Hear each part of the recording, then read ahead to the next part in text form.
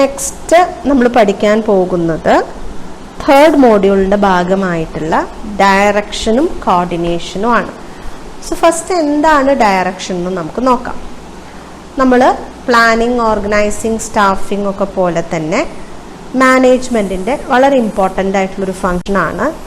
നമുക്കറിയാം, ഒരു ഓർഗനൈസേഷൻ എന്ന് പറയുന്നത് sum total of human and non human resources ആണ്. അവരെ ഒരു സർട്ടൺ വേയിൽ ഹാൻഡിൽ ചെയ്താൽ മാത്രമേ ഡിസൈഡ് റിസൾട്ട് കിട്ടുള്ളൂ. ആ ഡയറക്ഷൻ എന്ന് പറയുന്ന പ്രോസസ്സാണ് ആക്ച്വലി മോട്ടിവേറ്റ് ചെയ്യുന്നത് ഇൻഡിവിജ്വലിനെ.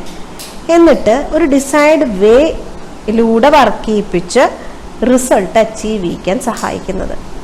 പ്ലാനിങ് ആയാലും ഓർഗനൈസിങ് ആയാലും സ്റ്റാഫിംഗ് ആയാലും മറ്റെന്ത് മാനേജ്മെൻറ്റ് ഫങ്ഷൻ ആയാലും അത് ഇഫക്റ്റീവ് ആവില്ല ഡയറക്ഷൻ ഇല്ലാതെ.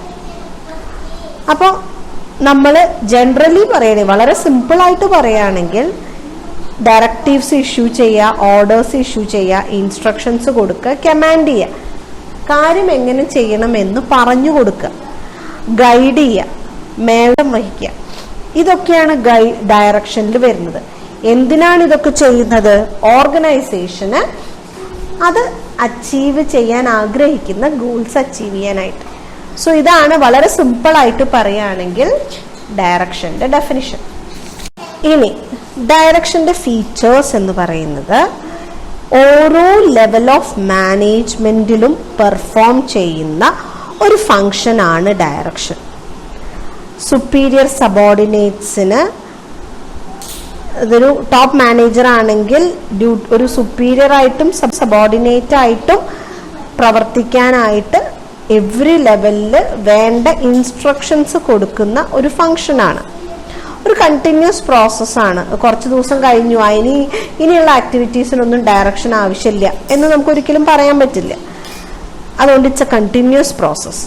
ടോപ്പ് ടു ബോട്ടം, അതാണ് ഒരു ഹൈറാർക്കി ഇതിൻ്റെ, ഈ ഒരു ഡയറക്ഷൻ്റെ.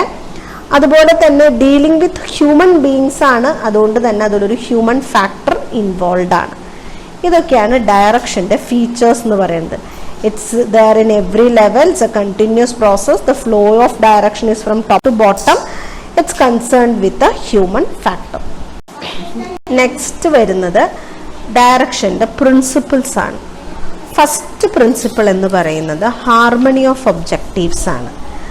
അതായത് ഇൻഡിവിജ്വൽ ഒബ്ജക്റ്റീവ്സും ഓർഗനൈസേഷൻ ഒബ്ജക്റ്റീവ്സും, ഒരു ഓർഗനൈസേഷൻ്റെ ഒബ്ജക്റ്റീവും ഡിപ്പാർട്ട്മെൻറ്റ് ഒബ്ജക്റ്റീവും, ഇതൊക്കെ തമ്മിലൊരു ഇൻ്റഗ്രേഷനും ഒരു ഹാർമണിയും ഉണ്ടായാൽ മാത്രമേ ഒരു കോമൺ ഡയറക്ഷനിലേക്ക് ഓർഗനൈസേഷനെ കൊണ്ടു ചെല്ലാൻ പറ്റുന്ന രീതിയിൽ ഇൻസ്ട്രക്ഷൻസ് ഒക്കെ ഇഷ്യൂ ചെയ്യാൻ പറ്റുള്ളൂ. സോ ഒബ്ജക്റ്റീവ്സിൻ്റെ ഒരു ഹാർമണി വലിയൊരു ഇമ്പോർട്ടൻ്റ് ആണ്. ഇനി യൂണിറ്റി ഓഫ് കമാൻഡാണ്.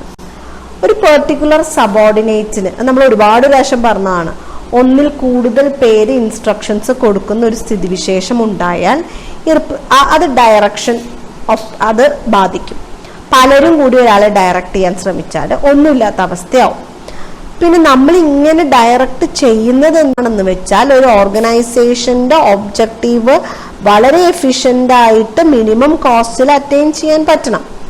അതിനാവശ്യമായിട്ടുള്ള എല്ലാ സാഹചര്യങ്ങളും ഉണ്ടാക്കി കൊടുക്കുകയാണ് ആക്ച്വലി നമ്മൾ ഈ ഡയറക്ഷനിൽ ഉദ്ദേശിക്കുന്നത്. അത് തന്നെയാണ് എഫിഷ്യൻസി ഓഫ് ഡയറക്ഷൻ എന്ന് പറയുന്നത്. ഇനി ആസ് പെർ പ്രിൻസിപ്പിൾ, ഏത് പ്രിൻസിപ്പിൾ? മെയിൻറ്റെയിൻ ഇൻഡിവിജ്വൽ കോൺട്രിബ്യൂഷൻ എന്ന പ്രിൻസിപ്പലിൻ്റെ ബേസിസിൽ ഡയറക്റ്റ് ചെയ്യുമ്പോൾ അതാത് സബോർഡിനേറ്റ്സിന് അവരുടെ എഫേർട്ടിൻ്റെ മാക്സിമം അച്ചീവ് ചെയ്യാൻ പറ്റുന്ന ഒരു സ്ഥിതിവിശേഷം ഉണ്ടാവണം. പിന്നെ ഡയറക്റ്റ് സൂപ്പർവിഷൻ എല്ലാവരുടെ ഭാഗത്തു നിന്നും ഉണ്ടാവണം. ആ തൊട്ട് മേലെയുള്ള സൂപ്പർവൈസർ മാത്രമല്ല, എവറി ലെവലിൽ വരുന്ന മേലേക്കുള്ള സുപ്പീരിയേഴ്സ് എല്ലാവരും ഏറെക്കുറെ ഡയറക്റ്റ് സൂപ്പർവിഷൻ പോസിബിൾ ആക്കണം. ഇന്റലിജിബിലിറ്റി എന്ന് വെച്ചാൽ കൊടുക്കുന്ന ഇൻസ്ട്രക്ഷൻസും ഡയറക്ഷൻസും ഈസിലി അണ്ടർസ്റ്റാൻഡബിളും കംപ്ലീറ്റും ക്ലിയർ ആവണം. How to do, what to do, when to do, where to do എന്ന ക്വസ്റ്റ്യൻസിനൊക്കെ ക്രിസ്പ് ആൻഡ് ക്ലിയർ ആയിട്ടുള്ള ഉത്തരങ്ങൾ കിട്ടണം. അല്ലാതെ ഡയറക്ഷൻ കൊടുത്തതിന്റെ ഭാഗമായിട്ട് കൂടുതൽ കോംപ്ലക്സ് ആവണ ഒരു സ്ഥിതിവിശേഷം ഉണ്ടാവരുത്. ഗൈഡ് ചെയ്യാനാണെങ്കിലും ഇൻഫ്ലുവൻസ് ചെയ്യാനാണെങ്കിലും ലീഡ് ചെയ്യാനാണെങ്കിലും അതിന് ആപ്റ്റായിട്ടുള്ള ഒരു റൈറ്റ് ടൈപ്പ് ഓഫ് ലീഡർഷിപ്പ് ഉണ്ടായിരിക്കണം. കമ്മ്യൂണിക്കേഷൻ എന്ന് പറയുന്ന സംഭവം വളരെ ഇമ്പോർട്ടൻ്റ് ആണ്. നമുക്ക് ആ ഒരു ട്രസ്റ്റ് ഉണ്ടാക്കുന്നതും അല്ലെങ്കിൽ അപ്രോച്ച് ചെയ്യാം എന്നുള്ളൊരു സ്ഥിതിവിശേഷമൊക്കെ ഉണ്ടാകുന്നത് തന്നെ ആ ഫ്ലോ ഓഫ് ഒരു കമ്മ്യൂണിക്കേഷൻ സ്മൂത്ത് ആവുമ്പോഴാണ്. അങ്ങനെ കമ്മ്യൂണിക്കേഷൻ സ്മൂത്ത് ആവുമ്പോൾ naturally there will be a proper flow of information from top to bottom. ഓരോ ഓർഗനൈസേഷന്റെയും സ്ഥിതിവിശേഷം അനുസരിച്ച് ഡയറക്റ്റ് ചെയ്യാൻ വേണ്ടി ആവശ്യമായിട്ടുള്ള മെത്തേഡ്സ് ഉപയോഗിക്കാം. ഓരോ രീതിയും ഓരോ ഇതാണ്. ഉണ്ടാക്കുന്ന പ്രോഡക്റ്റ് വേറെയാണ്, സ്ഥിതി ചെയ്യുന്ന റീജൻ വേറെയാണ്, വർക്ക് ചെയ്യുന്ന ആൾക്കാർ ഡിഫറെൻ്റ് ആണ്. സോ അപ്രോപ്രിയേറ്റ് ഡയറക്ഷൻ ടെക്നിക്സ് ഈ വിധ സ്ഥിതിവിശേഷങ്ങളുടെ ബേസിസിൽ ചൂസ് ചെയ്യാം. കറക്റ്റ് ഒരു ഫോളോ അപ്പ് ഉണ്ടായിരിക്കണം. ചുമ്മാ ഡയറക്ഷൻസ് തന്ന അങ്ങനെ ചെയ്യും ഇങ്ങനെ ചെയ്യുന്നു പറഞ്ഞാൽ മാത്രം പോരാ. അവർക്ക് കൺഫ്യൂഷൻസ് ഉണ്ടെങ്കിൽ അത് ക്ലിയർ ചെയ്ത് കൊടുക്കണം. എങ്ങനെ ചെയ്യണം കറക്റ്റ് എന്നുള്ളത് പറഞ്ഞു കൊടുക്കണം. അവർ ചെയ്യുന്നതിൻ്റെ ഫീഡ്ബാക്ക് വളരെ കൃത്യമായിട്ട് കൊടുക്കണം. ഇതൊക്കെയാണ് ജനറൽ പ്രിൻസിപ്പിൾസ് ഓഫ് ഡയറക്ഷൻ എന്ന് പറയുന്നത്.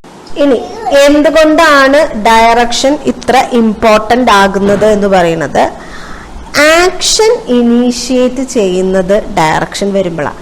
ഒബ്ജക്റ്റീവ് സെറ്റ് ചെയ്ത് കൊടുത്തു, ആൾക്കാരെ ജോലിക്ക് എടുത്തു, പ്ലേസ് ചെയ്തു, അവർക്ക് വേണ്ട റെമ്യൂണറേഷൻ ട്രെയിനിങ് എല്ലാം കൊടുത്തു. അൾട്ടിമേറ്റ്ലി അവർ പണിയെടുത്ത് തുടങ്ങുന്നത് ഡയറക്ഷൻസ് കിട്ടുമ്പോഴാണ്. ദേ നോക്ക്, ഇങ്ങനെയാണ്, ഇതാണ് നിങ്ങൾ ചെയ്യേണ്ടത്, ഇന്ന രീതിയിലൊക്കെയാണ് ചെയ്യേണ്ടത്, ഇത്ര സമയത്തിനുള്ളിൽ ചെയ്യണം, ഇങ്ങനെ ചെയ്യണം തുടങ്ങി ഇൻസ്ട്രക്ഷൻസ് കിട്ടുമ്പോഴാണ് ആക്ച്വലി ആക്ഷൻസ് ഉണ്ടാവുക. എഫേർട്ടുകൾ ഒരുമിപ്പിക്കുന്നതും ഗൈഡ് ചെയ്യാനും ഇൻസ്പയർ ചെയ്യാനും ഇൻസ്ട്രക്ട് ചെയ്യാനും ഒക്കെ കഴിയുമ്പോൾ മാത്രമാണ് ഇൻഡിവിജ്വൽസിന്റെ എഫേർട്സ് ഇന്റഗ്രേറ്റ് ചെയ്ത് ഒരു കോമൺ ഗോളിലേക്ക് എത്തിക്കാൻ സാധിക്കുന്നത്. ഓരോ മാനേജർക്ക് അതുപോലെ ഒരു എംപ്ലോയീസിന് ഇതൊരു മോട്ടിവേഷനാണ്. ഡയറക്റ്റ് എന്ന് പറയുമ്പോൾ വെറുതെ ഇങ്ങനെ ഇത് ചെയ്യെന്ന് പറയല്ല. നോക്കൂ, നിങ്ങൾ എന്നെ കഴിവുകളുണ്ട്, ഈ ഇന്ന കാര്യങ്ങളൊക്കെ നിങ്ങളൊന്ന് ശ്രദ്ധിക്കണം, അപ്പൊ നിങ്ങളെ കൊണ്ട് ഇത് പറ്റും, see this is what you are expected, ഈ ഭാഗം ഒന്ന് ശ്രദ്ധിച്ചാൽ മതി, അങ്ങനെയൊക്കെ പറയുമ്പോൾ അത് കേൾക്കുന്ന എംപ്ലോയീസിന് അത് വലിയൊരു മോട്ടിവേഷനാണ്. പിന്നെ ഒരു ഗ്രോത്ത് സ്റ്റെബിലിറ്റി ഉണ്ടാവും. കാരണം സ്റ്റെബിലിറ്റി ആൻഡ് ബാലൻസ് എന്ന് പറയുന്നത് ലോങ് ടേം സർവൈവലിന് വളരെ ഇമ്പോർട്ടൻ്റ് ആണ്. അപ്പോൾ ഒരു judicious blend of leadership, communication, supervision, motivation, അതിനൊക്കെ സ്യൂട്ടാവുന്ന രീതിയിലുള്ള ഡയറക്ഷൻ, കോപ്പറേഷൻ, കമ്മിറ്റ്മെന്റ് ഒക്കെ വരുമ്പോൾ automatically it provides A stability for the organisation. പിന്നെ ചേഞ്ചസ് ഒക്കെ പറയുമ്പോൾ നമുക്ക് എല്ലാവർക്കും ഒരു ചേഞ്ച് വരുമ്പോൾ റെസിസ്റ്റ് ചെയ്യാനാണ് ഫസ്റ്റ് ഇനീഷ്യൽ ടെൻഡൻസി എന്ന് പറയുന്നത്. ഒന്ന് റെസിസ്റ്റ് ചെയ്ത് പരമാവധി നോക്കിയിട്ടേ നമ്മൾ എന്ത് ചെയ്യുള്ളൂ, ചേഞ്ചിനോട് അഡാപ്റ്റ് ചെയ്യുള്ളൂ. അത് ഇന്റേണൽ എക്സ്റ്റേണൽ എൻവിറോൺമെന്റിൽ വരുന്ന ചേഞ്ച് ആയിക്കോട്ടെ, vote ever B the change. പക്ഷെ അങ്ങനെയുള്ള ചേഞ്ചസിനോട് കോപ്പപ്പ് ചെയ്യാൻ എളുപ്പമായിരിക്കും ഒരു പ്രോപ്പർ ഡയറക്ഷൻ ഉണ്ടാവുകയാണെങ്കിൽ. റിസോഴ്സസിന്റെ എഫക്റ്റീവ് യൂട്ടിലൈസേഷനും പോസിബിൾ ആകും. വേസ്റ്റ് ഒന്നും ഇല്ലാതെ, എഫേർട്സിന്റെ ഡ്യൂപ്ലിക്കേഷനും ഇല്ലാതെ, മെറ്റീരിയൽ, മെഷീൻ, മെത്തേഡ്, മണിയൊക്കെ മാക്സിമം പോസിബിൾ വേയിൽ കോസ്റ്റ് റെഡ്യൂസ് ചെയ്ത് പ്രോഫിറ്റ് ഇൻക്രീസ് ചെയ്യുന്ന രീതിയിൽ യൂട്ടിലൈസേഷൻ പോസിബിൾ ആകും when there is a proper direction given to the employees. അപ്പോൾ ഇതൊക്കെയാണ് ഇമ്പോർട്ടൻസ് ഓഫ് ഡയറക്ഷൻ. ഇനി ഇതാണ് സൂപ്പർവിഷൻ എന്ന് പറയുന്നത്. ഈ control and direction of subordinate activity, അതാ ഈ സൂപ്പർവിഷൻ. അതൊരു ഡയറക്ഷന്റെ ഒരു ഭാഗമാണ് സൂപ്പർവിഷൻ എന്ന് പറയുന്നത്. നമ്മൾ ഒബ്സർവ് ചെയ്യാണ് സബോർഡിനേറ്റ്സ് ജോലി ചെയ്യുമ്പോൾ അവര് പ്ലാൻസും പോളിസി ഓഫ് ദ ഓർഗനൈസേഷൻ പ്രകാരമാണോ വർക്ക് ചെയ്യുന്നത്, ടൈം ഷെഡ്യൂൾ കീപ്പ് ചെയ്യുന്നുണ്ടോ, ആ വർക്ക് റിലേറ്റഡ് പ്രോബ്ലംസ് സോൾവ് ചെയ്യുന്നുണ്ടോ എന്നൊക്കെ ഓൾ മാനേജേഴ്സ് വോട്ട് എവർ ലെവലിൽ പെർഫോം ചെയ്യുന്ന ഒരു ഫംഗ്ഷൻ ആണ് ഈ സൂപ്പർവിഷൻ എന്ന് പറയുന്നത്. അപ്പൊ അതൊരു അഷ്വറിംഗ് ആണ് that works been done in accordance with plan and instruction എന്നുള്ളതിന്റെ ഒരു ഉറപ്പാണ് ഈ പറഞ്ഞ പോലെ സൂപ്പർവിഷൻ എന്ന് പറഞ്ഞാൽ. അപ്പൊ അത് സത്യം പറഞ്ഞാൽ ഡയറക്ഷന്റെ ഒരു ചെറിയ ഭാഗമാണ്. നമ്മള് എന്താ പറയാ, സൂപ്പർവിഷൻ എന്ന് പറയുമ്പോൾ ഇന്റലിജന്റ് ആൻഡ് പ്രിസൈസ് ഡയറക്ഷനും അഡ്വൈസ് ആൻഡ് കൗൺസിലിങ്ങും മോട്ടിവേഷനും കോച്ചിങ്ങും ട്രെയിനിങ്ങും ആൻഡ് ഇഫ് നീഡ് മറ്റ് ഡെലിഗേഷനും കൺട്രോളിങ്ങും എല്ലാം കൂടി ചേരുന്ന ആ ഡയറക്ഷന്റെ ഒരു എലമെന്റ് തന്നെയാണ് സൂപ്പർവിഷൻ എന്ന് പറയുന്നത്. ഓക്കെ, ഇനി ഡയറക്ഷനും സൂപ്പർവിഷനും തമ്മിലുള്ള ഡിഫറൻസ് ആണ്. ഒരു function of guiding, motivating, leading, supervising of the subordinates to achieve organisational objectives ആണ് ഡയറക്ഷൻ.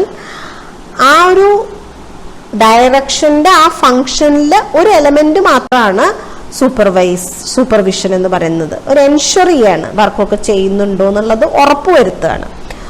എവറി ലെവലിൽ പെർഫോം ചെയ്യുന്ന ഒരു കാര്യമാണ് ഡയറക്ഷൻ. ഓപ്പറേഷണൽ ലെവലിലാണ് ഈ ക്ലോസ് ഒബ്സർവേഷൻ എന്നുള്ള നിലയിൽ സൂപ്പർവിഷൻ വരുന്നത്.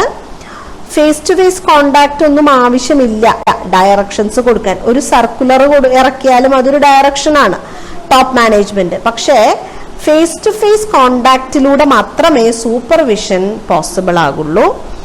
ഡയറക്ഷൻ ഹയർ ലെവൽ അതോറിറ്റീസിന്റെ ഫംഗ്ഷൻ ആണെങ്കിൽ ലോവർ ലെവൽ അല്ലെങ്കിൽ ഒരു മിഡിൽ ലെവൽ അതോറിറ്റീസിന്റെ ഫംഗ്ഷൻ ആണ് ഈ സൂപ്പർവിഷൻ എന്ന് പറയുന്നത്. ഒന്നൊരു മേൽനോട്ടം വഹിക്കൽ മാത്രമാണ്, അല്ലെങ്കിൽ നമ്മളൊന്ന് നോക്കിക്കാണുക, കണ്ടുബോധിക്കുക, അതൊക്കെ സൂപ്പർവിഷൻ. ഡയറക്ഷൻ എന്ന് പറയുമ്പോൾ അതിനെക്കാട്ടിലും മേലെയുള്ള ഒരു ആക്ടിവിറ്റി ആണ്.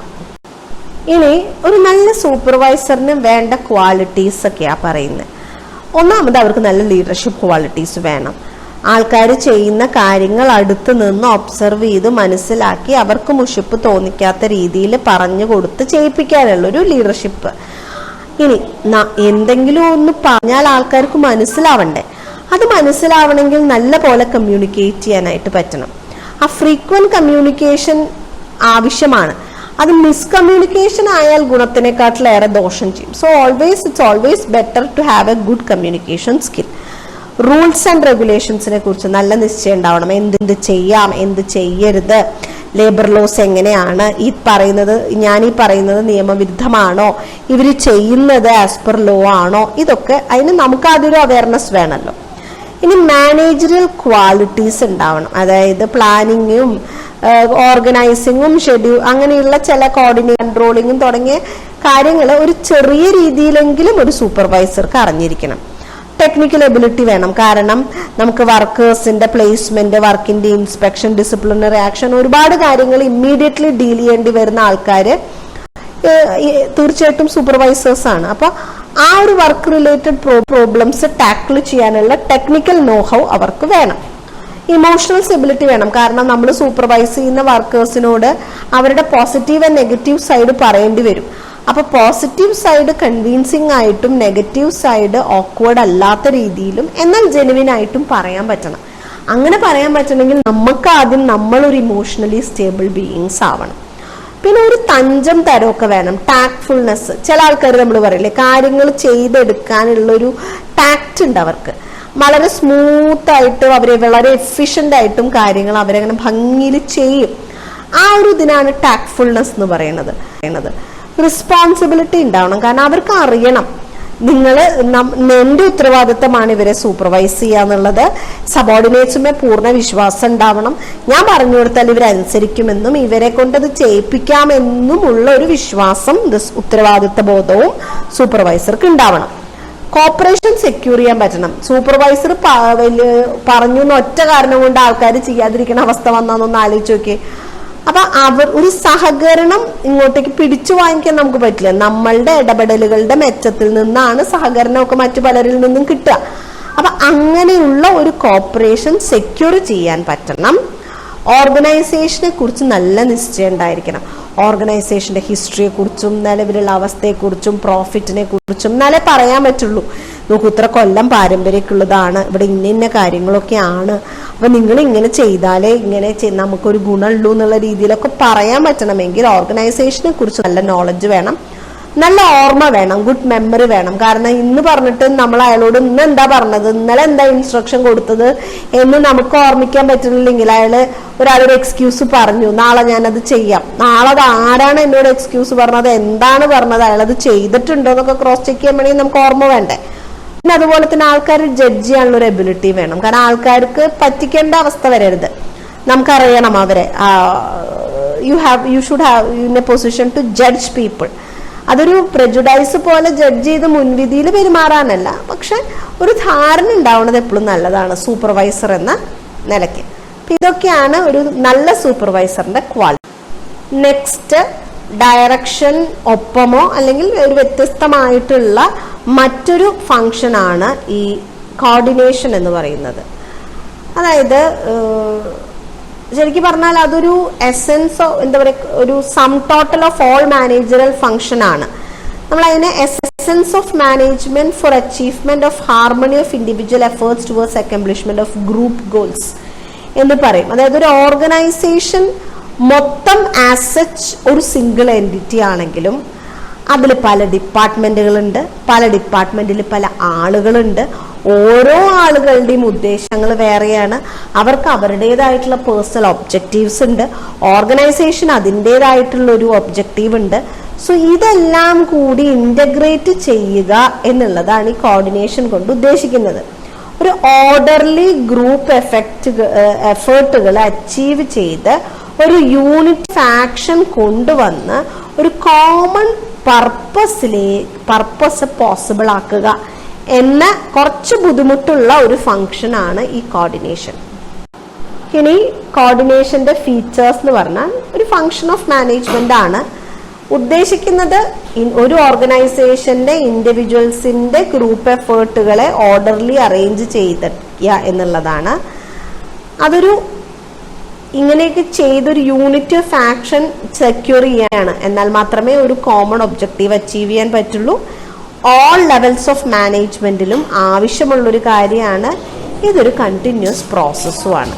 അപ്പം മാനേജ്മെന്റിന്റെ ഒരു ആക്ടിവിറ്റി ബാർ ഫംഗ്ഷൻ ആണ് ഇൻഡിവിജ്വലുകളുടെ പല ഗ്രൂപ്പുകളുടെ എഫേർട്സിനെ ഓർഡർലി അറേഞ്ച് ചെയ്യുക, അതുവഴി ഒരു യൂണിറ്റി ഓഫ് ആക്ഷൻ സെക്യൂർ ചെയ്യുക, എല്ലാ ലെവൽസിലും ഒരു കോർഡിനേഷൻ ഉണ്ടായി ഒരു കണ്ടിന്യൂസ് പ്രോസസ്സായി ഓർഗനൈസേഷന്റെ ഒബ്ജക്റ്റീവ്സ് അച്ചീവ് ചെയ്യാൻ സഹായിക്കുക എന്നുള്ളതാണ് ഈ കോർഡിനേഷന്റെ ഫീച്ചർ എന്ന് പറയുന്നത്. അപ്പൊ അത് ക്ലിയർ ആയി എന്ന് വിചാരിക്കുന്നു.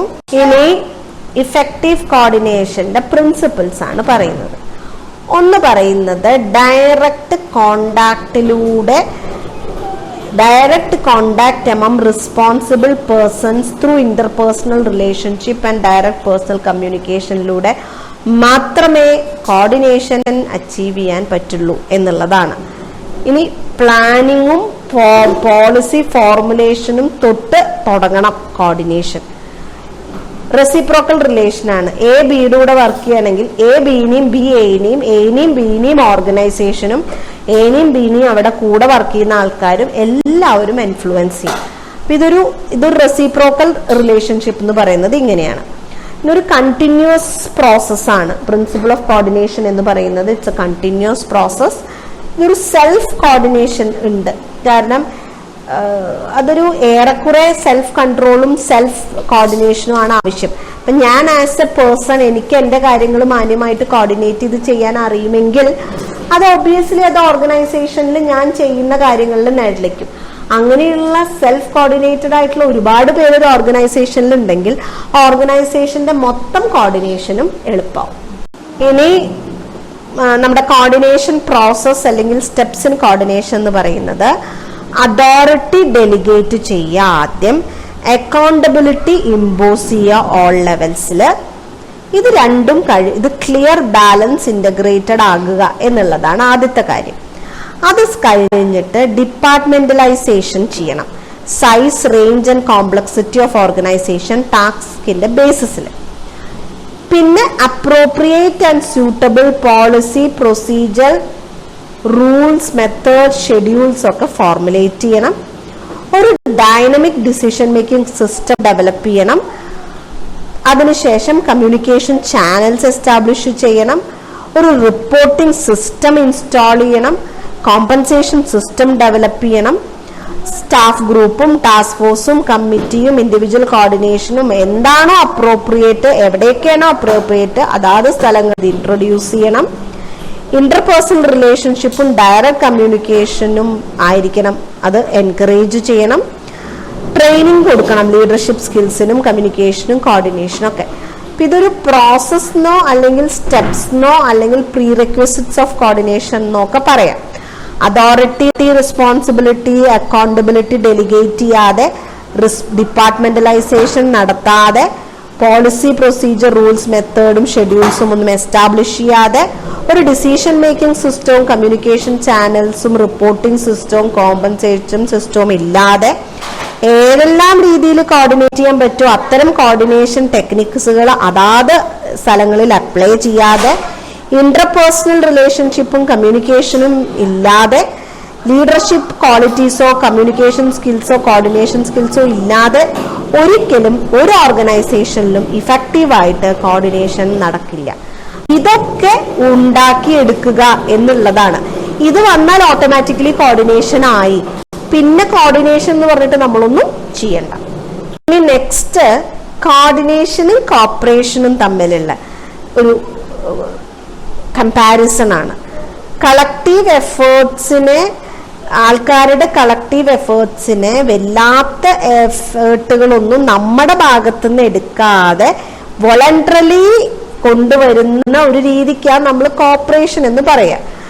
ആൾക്കാർക്ക് വോളണ്ടറിലി തരാൻ സമ്മതമില്ലെങ്കിലും നമ്മളുടെ സിസ്റ്റത്തിന്റെ ഒരു ഇഫക്റ്റീവ്നെസ് കൊണ്ട് കാര്യങ്ങൾ ഭംഗിയിൽ കോർഡിനേറ്റ് ചെയ്തുകൊണ്ട് അത്തരം ഒബ്ജക്റ്റീവ്സിലേക്ക് ആളുകളെ എത്തിക്കുന്നതാ കോർഡിനേഷൻ.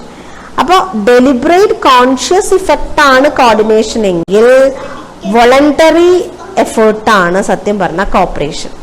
സാഹചര്യങ്ങൾ നല്ലതായതുകൊണ്ടും നമ്മൾക്ക് സന്തോഷമുള്ളത് കൊണ്ടും സ്വമനസ്സാലെ നമ്മൾ സഹകരിക്കുന്നു.